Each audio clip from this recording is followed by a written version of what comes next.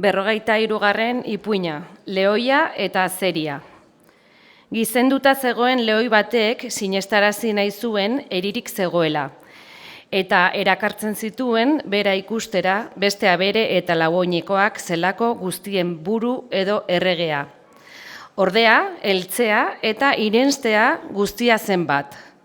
Heldu zen leizeatarira asko jakina zen azeri bat.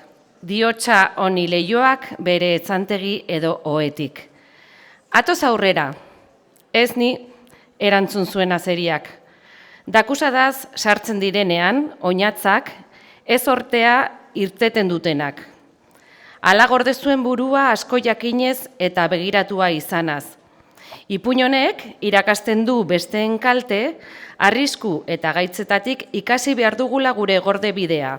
Horregatik, besteen gaitzetan ipini begiak eta ikusi nondik diren etorriak.